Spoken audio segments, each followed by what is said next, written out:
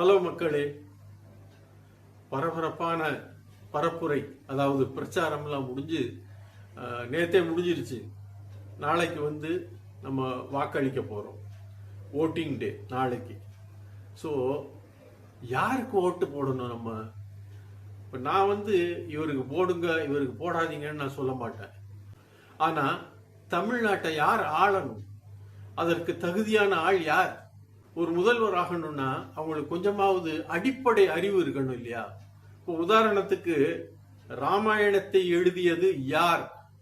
எல்லாருக்கும் தெரியும் இல்லையா? சின்ன குழந்தைகளை கேட்டாலும் சொல்லும். ராமாயணத்தை எழுதினது யாருன்னு கேட்டா சொல்லிரும். சேக்கிழார்னு சொன்னார் ஒருத்தர். அவரு கையில நம்ம ஆட்சியை கொடுக்கணுமா? ராமாயணத்தை எழுதியது சேக்கிழாரா?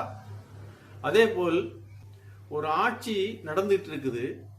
அந்த ஆட்சி அமைச்சு இந்த ஆட்சியை பண்ணிட்டு இருக்க ஒரு முதலமைச்சரை முட்டாள் முதலமைச்சர் அப்படின்னு ஒருத்தர் சொல்றாரு.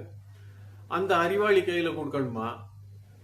தீய சக்தி அப்படின்னு சொல்றாரு. அங்கிள் அங்கிள்னு கத்துறாரு முதலமைச்சரை. அவர் கையில கொடுக்கணுமா? யார் கையில கொடுக்கணும்? யார் நமக்கு நல்லது செஞ்சிருக்காங்க? யார் நலத்திட்டங்களை அறிவித்திருக்கிறார்கள்? இதெல்லாம் கொஞ்சம் நாம ஆழ்ந்து சிந்திச்சு பார்க்க வேண்டாமா? மக்களுக்கு என்னது நல்லது செஞ்சிருக்காங்க? யார் செஞ்சிருக்காங்க? என்ன திட்டங்களை எல்லாம் அறிவிச்சிருக்காங்க?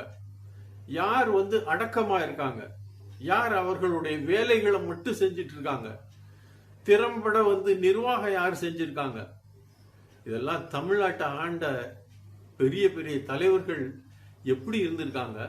தமிழ்நாட்டை ஆண்ட தலைவர்கள் எப்பேற்பட்ட தலைவர்கள், எவ்வளவு பெரிய அறிவாளிகள்.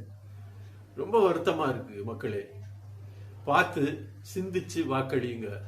நம்முடைய ஓட்டு சாதாரணமான விஷயம் கிடையாது. நம்முடைய ஓட்டு ஒரு மிகப்பெரிய ஆயுதம். சிந்திப்போம், வாக்களிப்போம், வெல்வோம்.